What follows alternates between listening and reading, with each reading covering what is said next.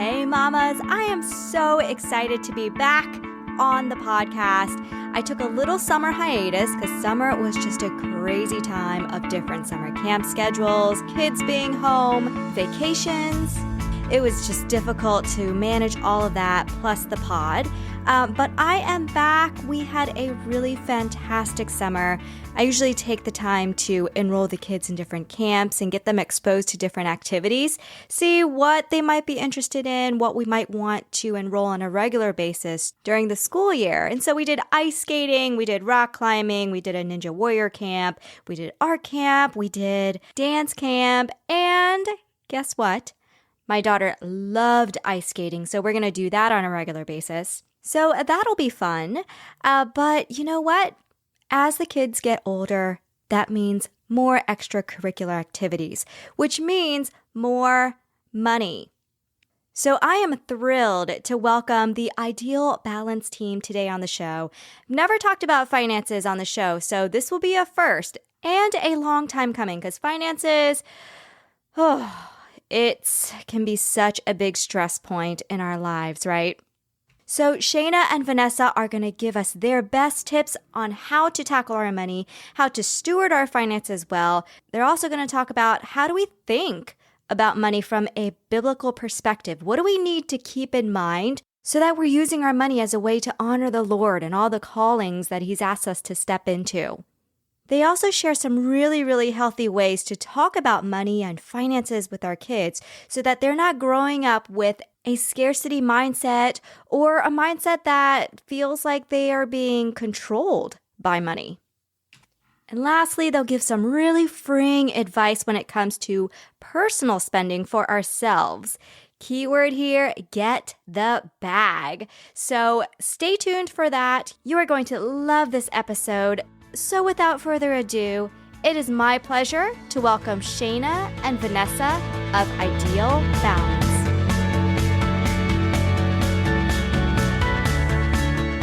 Awesome. Let's get started. Thank you so much for joining me. I'm really excited to talk about money, finances, budget, because it's something that I haven't talked about before, frankly, but it is a constant topic. I was going to say stress, issue, problem, but certainly a topic in every family's life, even if you're, just an individual. It's always something that's important in life, right? So I'm really excited to talk about this and to learn more about your method and the ideal balance and just get your expertise in this financial budgeting space. But before we get into all of the questions, tell me a little bit about yourself. Well, we are Vanessa and Shana. We started our business almost 3.5 years ago. And we just really wanted to help women. We wanted to help people get their finances in order. We used to do a lot of different types of coaching. We really narrowed it down to finances. It was the one part of our business that people just kept coming to us and really needing. And Shana started out as a personal trainer. I started off with a financial journey. And she told me one time, you should be a financial coach. I was like, what is that? What does it do? And she texted me and said, hey, I'm moving back to Florida. We should do this together. And then thus our business was created. Yep. So we're best friends and business partners. Yep. We met when our boys were 4 and they're now almost 15. And so we've been on our financial journey kind of as friends. And then we both got certified through Dave Ramsey or technically trained through Dave Ramsey. Yep. And then we decided to start doing it. And then we decided to do it together because I was able to move back to Florida. So we do it together. Like she said, for over 3 years, we've been helping women and couples, get their, what it's evolved into is a lot of people make good money, like they make decent money, but they just don't have anything to show for it. And then there's just so much underlying stress and like friction going on when it comes to money in a marriage or just at all. Yeah. And then there's the single moms, there's all kinds of stuff going on with money. So we just try to tackle it all through our systems and through coaching and grace and loving people and encouraging them and all that kind of stuff. So that's what we do. Yes, I love that. Just being able to figure all of that out with kids in the mix too, I think is a whole other level of complexity. Because my kids are young right now, but we're getting to the age where they're starting the extracurricular activities and they're getting a little bit more intense. And we've got summer camps going every week. And we have 2 out of 3 of our kids in daycare right now. And we're just like, okay, once they go to kindergarten, yay, that money will free up. And someone older than me said, well, that's what you think until they start the extracurriculars, right? Yeah. So money is always a constant top of mind thing for, I think, every family. Sure. People always say like, oh, they're going to get more expensive as they get older. And you think as a mom, especially when they're babies, like, how can they get more expensive than formula, diapers, and wipes? Yeah. And it's the thing. Like they just keep needing more. That's so true. And, over time, inflation, they just get more expensive. And just, and also just growing up, teaching your kids to have that good relationship with money, not only with you and your spouse and everything, but also bringing them involved. Because we always say you don't want to create another you, right? Especially if you, no, thanks you grew up with money baggage. But it's really important to have a good foundation. Yeah, absolutely. So let's talk about the ideal balance. I'd love to know, you told me kind of the genesis of it. You guys were best friends and you got some certifications in that. But how did that exactly start? And what does ideal balance actually mean? Well, we have to give credit to our silent partner, Mr. Porten, which is Vanessa's husband, who came up with who was in the kitchen while we were brainstorming. And he's like, hey, I have a name. I love that. Really, what it's evolved into is really cool. It was his idea on a way, I'll play on words, but what it's evolved into is we have a way of doing finances. And so for example, one example is, some people say you have to live on beans and rice, you have to have scorched earth, you have to not do anything until you get out of debt, and all of that. And we found that paralyzes people. That makes them like, I don't even want to try, or I don't believe that I can do that. Yeah. And so we have a balanced approach in that, we want you to save money. We want you to get out of debt, but we want you to be able to live your life. We're not supposed to be storing our treasures up on earth. You don't have to, go all 100% intense. You should be able to go on vacation with your family, as long as you're not in dire circumstances. We also believe, like you should be eating pretty healthy. Yeah. You don't need to eat just the bare minimum junk food just so that you can afford, like no Hamburger Helper or whatever. Yeah. Your health is also your wealth, right? So there's this balance in getting your finances in order with your life also, being balanced too. So. Yeah. And with the term ideal, it's very specific. And what we really pride ourselves on is every single one of our budgets are different and they're very customized to each person in their situation. And again, we are huge Dave Ramsey fans. We love him. However, he has a very cookie cutter system and this is the way you're supposed to do it, which we get, and it works for a lot of people. But I think the next step is really customizing that to find out what works for you and your family and your situation. And how can you take his information, but also change it a little bit and tweak it. And so that's what we do with our clients. And so it's very ideal to what they have and what they need. Yeah, I like the idea of being smart about your money, but also not letting time pass so that you get to a point where you think you're ready to, enjoy life by using your money, right? It's like, like you said, the vacations, maybe, your kids aren't going to be young for that long, or they're not going to be this age for that long. You are not going to be this age for that long, right? And so I just want to really pause there because we actually have, like we said, they're almost 15. So both of our boys are going into high school. So we every once in a while remind ourselves that we have 4 more summer breaks, right? And it's hard, it's gut wrenching. But in that for that reason, I'm not going to tell mom, hey, you can't go on vacation because you have credit card debt. It's going to be like, no, we're going to make sure we're funding this with cash. We're not going deeper into a mess. We're going to get on a budget. We're going to be intentional, but you better believe I'm going to encourage you to make those memories while you're young, while they're there, while they have to come, right? I'm just kidding. You have to come anyway. While they're young, and you can do that. And while you're young, to your point, like while you, like, cause for my 40th birthday, I climbed a mountain. So, and we went ziplining. No, amazing. If I'm waiting till I'm 65, maybe I won't want to climb a mountain or go ziplining, right? Yeah. So you definitely want to find that balance, and that's why she said it's ideal. It's what's important to you. If it's important, getting out of debt is probably important, but those memories with your kiddos is probably a little higher. So we want to balance that and make sure that you get best of both worlds, really. Yeah. And we're not saying like you're going on a Jamaican cruise for 20 days with your kid, or you're staying at the best hotel. Like, yes, those things are going to cost when you go on vacation, you do things with your family. It's going to cost money. It doesn't have to break the bank. There's so many creative ways to spend time with your family and make those memories, but we are going to budget that in because it is important. Right. Yeah. That's where I am right now, actually. I've been on the nicer quote unquote vacations, the cruises and things like that. But some of my best memories growing up was going, driving 4 hours to the beach, setting up a tent and just kind of roughing it with my family and parents. Those are my best childhood memories. And even now with my little kiddos now, we're like, maybe we should try camping just, an hour away. Because at the end of the day, we're making memories, right? Maybe they don't have to be extravagant memories and we're having chocolate dipped strawberries and things like that. But, it's still fun. Right. Yep. So let's get into the faith aspect. Okay. How do we think about money from a biblical perspective? Like, what does the Bible say about it? Oh, well, one of our favorite lessons from the Bible about money is the parable of the talents, which your audience will be familiar with. But the master gives three servants their bag of talents or whatever, money basically. And he gives to each of them what he thinks that he can handle. Right. So it's like 10, 5 and 1. Right. And when he comes back, he checks on what they've done with it, et cetera, et cetera. You get it. So the person with 10 doubled it. The person with 5 doubled it. The person with 1 buried it in the sand because he was scared of his master. Supposedly that was the reason. We think it's different, but anyway. So what's so cool about what happens there is there's so much to glean from that. Obviously the main thing that we all take is you're faithful with a little, you'll be faithful with a lot, right?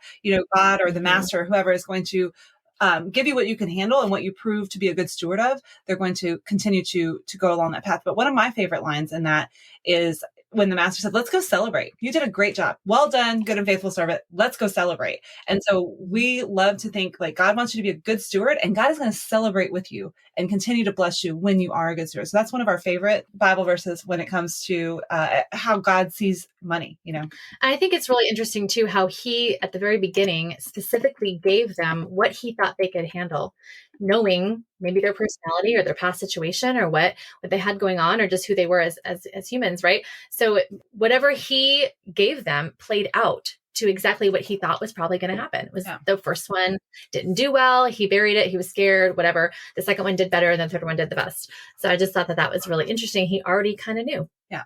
Yeah. What an interesting point, especially one that we could keep in mind when we look at other people and we're like, wow, I want to be like them. Like, how do I get that much wealth? And I want to get that much richer. And they're looking at them. Why are they so blessed with money? Maybe it's just the path that God has set out for them. Yeah. And I think one thing I heard, someone say once was, the other verses, you reap what you sow. And that is actually God's law. That's God's like physics, that's God's law. So that works for people, even if you're not Christian, right? Because that's how God created the universe. And so to the same point, when you look at other people that maybe aren't believers, why are they being blessed? It's that same concept. Yeah. They're doing the law that God has put into the universe. But anyway, so you just want to make sure that you look inward instead of outward, right? You always want to compare yourself to you and where you started and where you're going, right?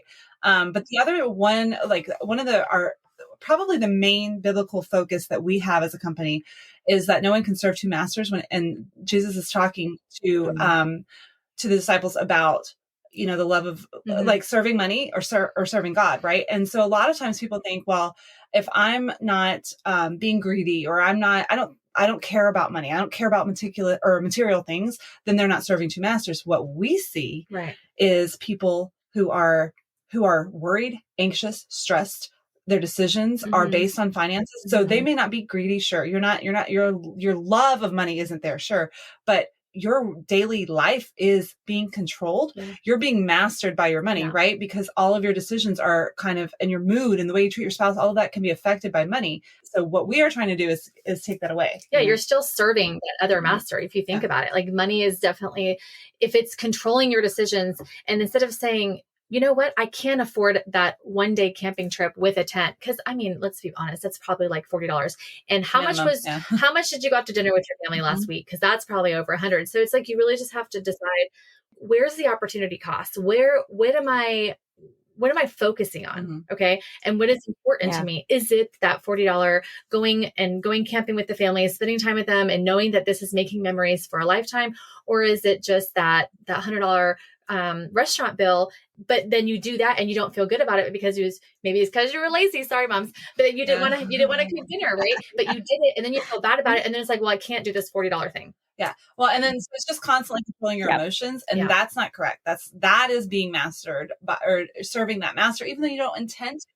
That's like it's that underlying, right? That's how the enemy sneaks in and kind of gets a hold. So that's where all of our systems are. We're going to use money as a resource that God gave us. We're not gonna objectify it or idolize it. It's just a resource, and we're gonna be a good steward. And we put systems in it to take especially for moms, like, we don't have time. We don't have extra brain calories to be like, what's happening? So our systems we try to make everything go automatically, as much as you can have your finances automated so that it's like, great, money's there. Next, like that's the feeling of it, so you're not serving that as a master. I just had a conversation with a client yesterday, and they're like, well, we still haven't paid these bills yet. We could have paid them 2 weeks ago, but I haven't paid them yet. And so the idea of getting on automated payments so you don't have to worry about it. It's a hard concept when you're so used to worrying about it and paying it the last day you possibly could to get the most money in the account that you can before it has to be paid. Yeah. And we really try to completely change people's mindset on that. Like, you have to believe that the money is in there, because I'm telling you that it's there. And the one thing we love is that math doesn't lie. Yeah. Like, it's very black and white, and you can visually see that. I'm like, okay, open your account. What do you see? There's money. Okay, great. So go ahead. Go ahead and make the payment right now. But just because they were for so long in this scarcity mindset of not having enough, or not knowing if they had enough, not believing that they could have enough, then they just make these really poor decisions. Yep.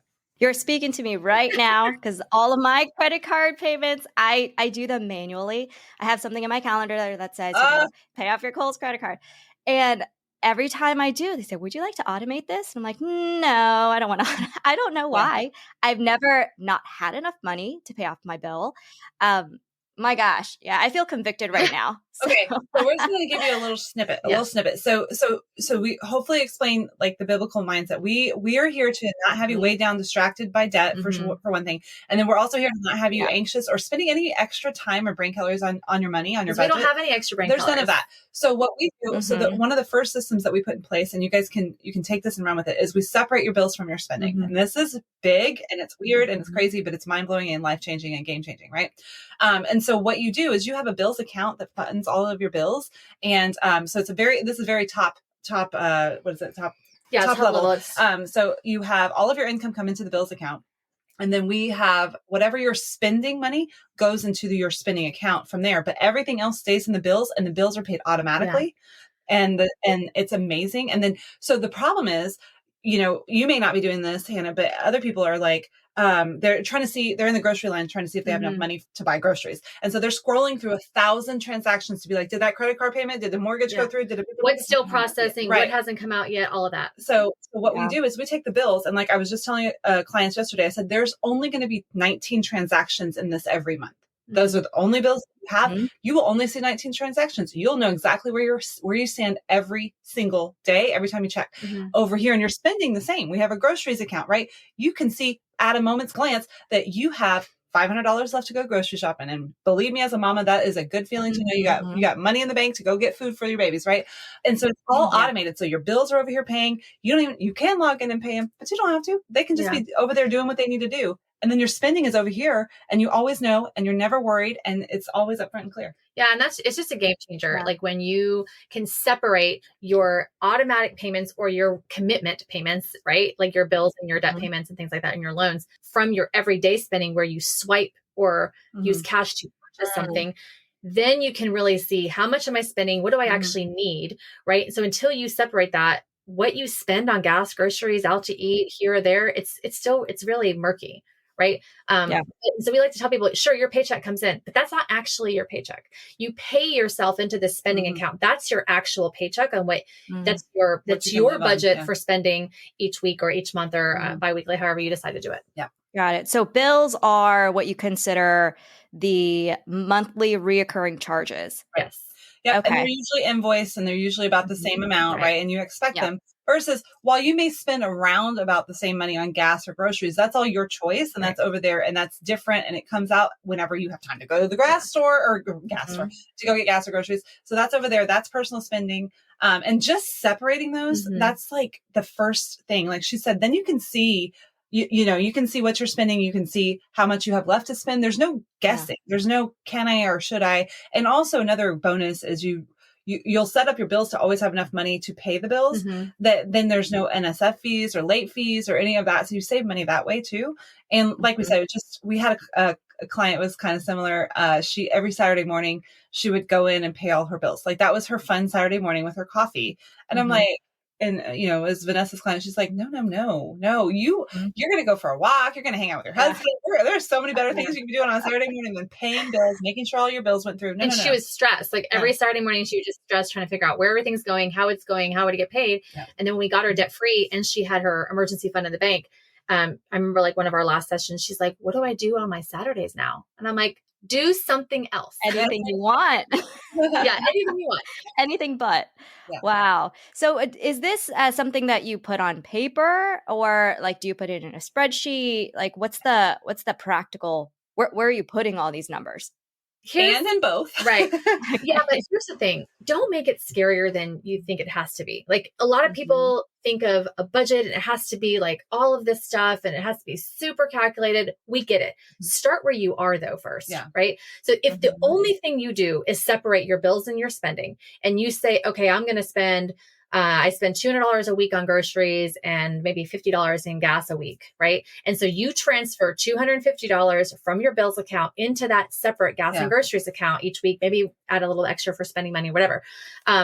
If that's all you do and that's all you start with, do that. And then you can go back and go, okay, how much are my bills? Yeah. Okay. What is there going to be any extra in the account? Am I doing well on my gas and groceries? What do I really need for extra spending or restaurant money? Or so yes. To your point, yes, spreadsheet, yes, write it down. We like to say a paper budget is like using cash. Like Dave always says, use cash because it's a really good accountability partner. But we like to say a paper budget is the same way. Having it in front of you in your bedroom, in your bathroom, on the mirror, or wherever you can have it visually in front of you makes a huge difference. But only start where you are. Like it just doesn't have to be. A lot of people, like, the reason they get paralyzed because they think it has to be this whole big thing when it really doesn't. Yeah. So we have a spreadsheet with our clients. We use a spreadsheet and it tells them exactly what to do and all that. It's very simple, but we still want them to print it out and like look at it and have it be in front of their face like this, so that, especially until they get used to the concept. Right.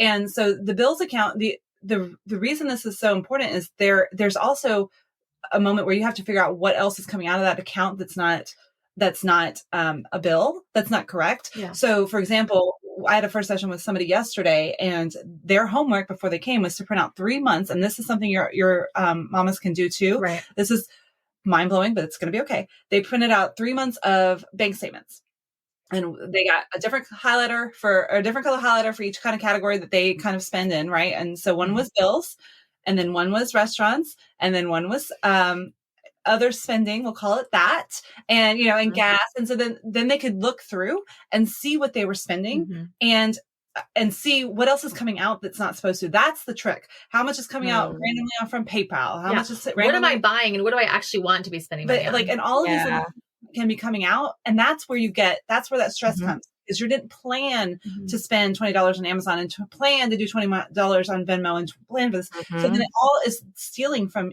all of your other budget goals, right? So when they did that, it was really cute. The husband, he was like, I wanted to flip tables and punch balls or whatever. So mad about what we've been doing. And he was like, I get it. That's right. You have to get mad in order to get motivated. And you have to you actually look at your money, and look at what you're doing. That's when you have to confront it. And that's fine. You can move on. You can have grace. You can do better. And it's going to be great. You're going to do a great job. But that moment is really important to really see what's going on with your money. I had the Jesus meeting with a client yesterday, and I was like, you have to get mad enough and it has to suck enough. And I hate that word, but literally it has to be that bad for you to want to do something about it. And when you do that, when you do the 3 months of spending and oh my gosh, when you really start adding up how much Amazon you spend each month and stuff, it's eye-opening. Yep. Yeah. Yeah. I feel that way every time I look at my Costco receipt after I leave Costco. I'm like, oh my gosh, because I'm going through the aisles. I'm like, oh, this is only $10. This is only, $8. Yep. And then I'm like, why is this $300? Or even like streaming services. We've had to, have a hard conversation between me and my husband. Like, what are we actually watching? Right. Like, do we actually need Hulu? You know, do we actually need Disney Plus? And so all of those little tiny charges add up. They really do. So we always have people, we add up your subscriptions. And one thing we've noticed, so it was really fun when we started 3 years ago.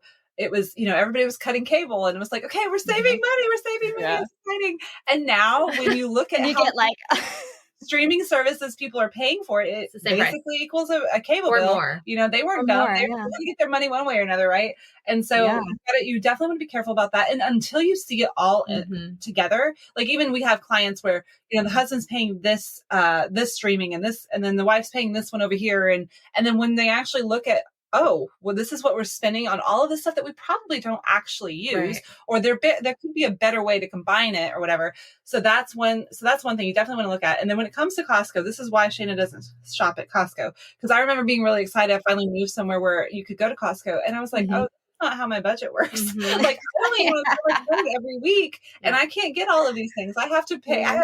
We're on an on-demand service here for food and groceries. Well, and like spending so much more on stuff you don't need, and like, okay, so you think that you're spending or saving a lot of money on this massive thing of toilet paper or paper towels that's going to sit in your house for like 2 months.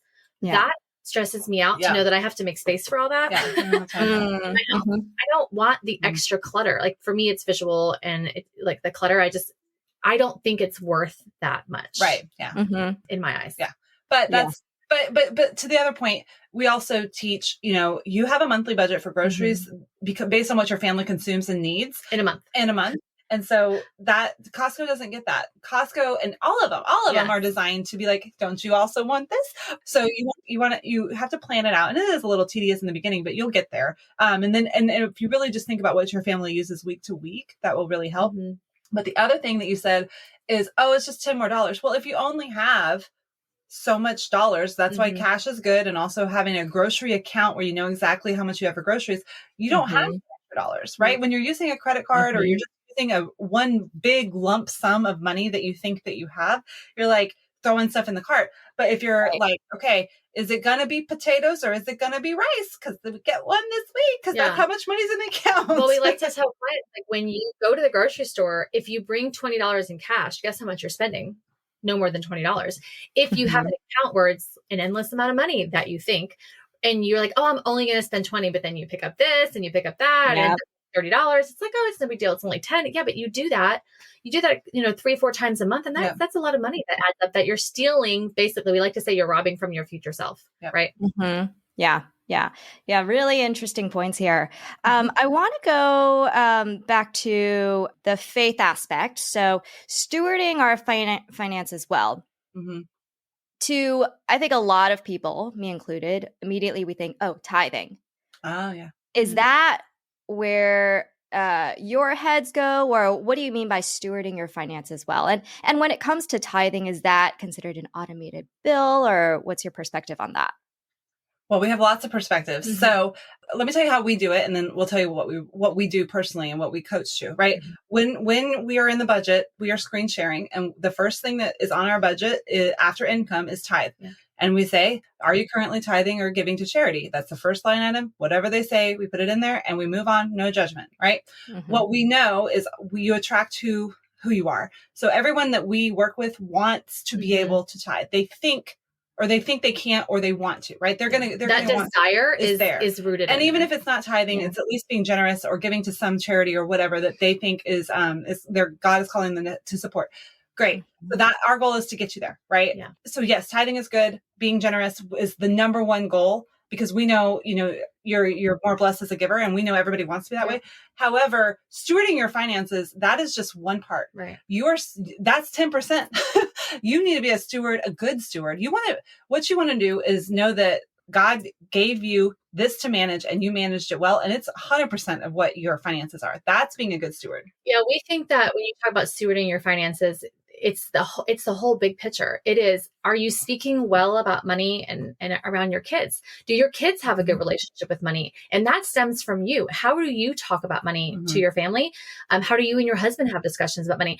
Are you just leaving the lights on your house because you can quote unquote afford it? Or are you still being not stingy, but like responsible with your electricity, with your water, with your food? How are you being responsible with everything? And that to us is being well-rounded, being good stewards of your money as a whole. Yeah, love that. When it comes to being responsible about finances, one of my best friends years ago, before I was a mom, she was a mom many, many years before I became a mom.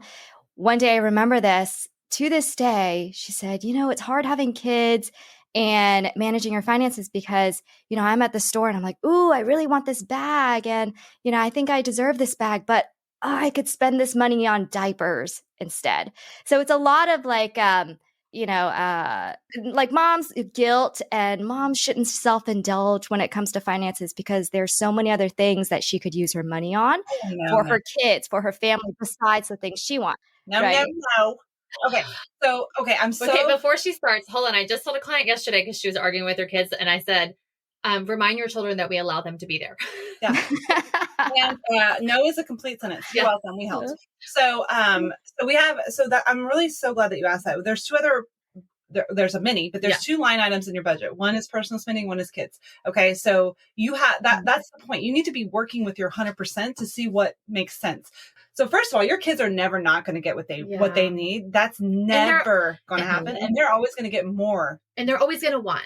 Yeah, and they're always going to want more. It's on you. So there's no chance that you are going to actually get the bag and they're not going to get diapers, right? That's not that I've never seen that, and I don't think I ever will. But the point is, you should have a personal spending budget in your, or a line item in your budget. You should, because that's how you have good relationship with money. You work hard, you take care of the kids, whatever your work is, you're working hard, and you should be able to see some fruit of that and buy the bag or save up for the bag, depending on what kind of bag we're talking about, because you have money allotted to you to do what you want, to just fulfill your wildest dreams, whatever. So then there's over here, you have a kids budget. That to me was a game changer as a mom. There is a monthly allotment for my kids because they're always going to need something. They're always going to want something. Birthday parties. And it doesn't mean that I'm going to give them everything, but it's going to give me a container, a cash envelope, if you will, of this is how much I'm allotting to all of those mom guilt moments. Right. And I don't have to worry about it because this is, I've set a budget. And if we go over that they're too bad for them. I don't have to feel bad about that. Right. And I also have my own personal budget as well. And it allows the kids to be in control a little bit too. Like if you say, you get $20 this month. What do you have going on? Do you have a kid's birthday? Do you have this? Do you have that? And they can kind of decide. Now we understand the diapers. But yes, that needs to go in your grocery budget because that is where it's purchased, right? Yeah. But if there's something that the kids want and you feel like, oh, I should be buying that instead of something for myself. No, like if your job, if you're a stay-at-home mom, your job is worth a lot of money. You should feel good about what you do, and you should be able to spend a little bit of money on yourself. That's budgeted in. On what you want to buy. Otherwise, if you don't ever buy anything for yourself and it's always for somebody else, you're going to build resentment. Right. You will. And you will eventually pull money from a different category to buy something and like feeling like it's sneaky or it doesn't feel good. Right. And then you have to do that. You have to know that you're teaching your children. And I have boys and girls, so I don't know if you do. There's a lot of responsibility on teaching your young women what the right behavior. Are you teaching your daughter that it's never okay for her to spend on herself because she's only ever supposed to sacrifice and give and give and give and never get to take or get to have her? Is that what you want to teach her? Because that's what you're going to be modeling if you don't make this conscious decision. On the other hand, you want to teach everybody. Like, mom gets to spend money, and look, she has a budget. She's not crazy, but she got her nails done. Okay. And then over here, I want to do soccer, and mom's helping me figure out how to afford that. Like, that's the relationship with money that we want in our families.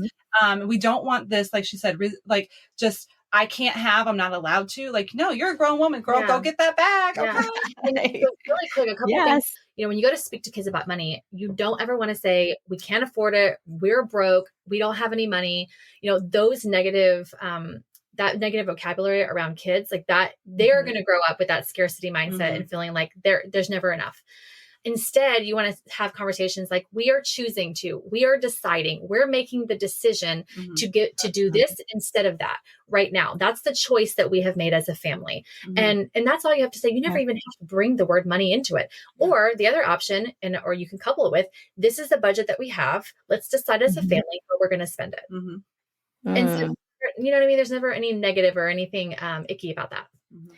I love that. It's just a slight positioning change Mhm. that'll not only help the situation at hand, but then also teach kids how to think about money and how to Yeah, think about finances for and not sure. put them in a position of fear Right. either to say like, Right. oh, we don't have Correct. money. Wow, I love that.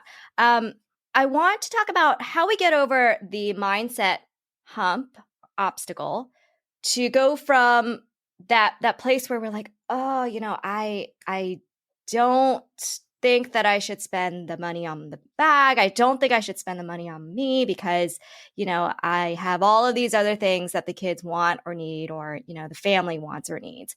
How do we get over that mindset so we're in a place where we are feeling less anxious and worried and fearful about where our money is going?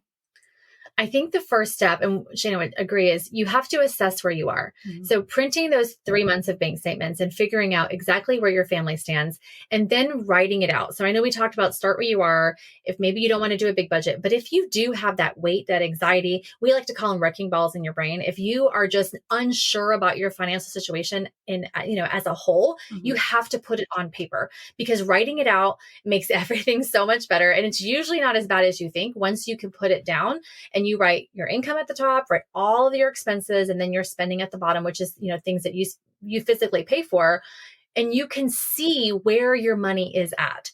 Yeah. So basically you need to have a budget. That's Yeah. what she's saying, because your budget, once you sit down and make a budget, what you're going to see is we have money to put aside for this. We have money to put aside for that. We have money to put aside for this. So I don't have to worry that the Right. kids aren't going to go. So the main things, the important things are being paid for. Yeah. And then also just borrow our belief that you have to have a personal spending budget line item. Like that just has to happen because like Vanessa said, one way or another, you'll steal it from a different category, or you're going to build up the wrong. So do you want, if your mindset is I'm doing this for my kids, I'm not spending money for my kids, what you're actually doing for your kids is teaching them that they're not allowed to spend money. And that's not what you want either. Or teaching them that you have to be a martyr because you're a mom or whatever the thing is. You have to really look and flip that mindset. You're not teaching them, or you're not doing for them what you think you are. You're doing maybe a disservice to them. Like your intentions are there, Right. but they're not being played out But correctly. you just have to know that, I was just talking to a friend the other day and she said, kind of like God is, it's like Christmas morning, right? God has so many blessings for you. And this is not monetary. This is everything. This is your children. This is your marriage. This is your health, all of that. But God has so many blessings. And sometimes we're just like, I just have this is the only blessing I can look at is like tunnel vision. Is that I have my kids. But God's all over here like, no, actually, I want you to enjoy lots of fruit from your labor, and there's all kinds of things going on. So it's not one or the other, girl. It is both. You can do both as long as you're managing your finances. So if you want the bag, look at the budget.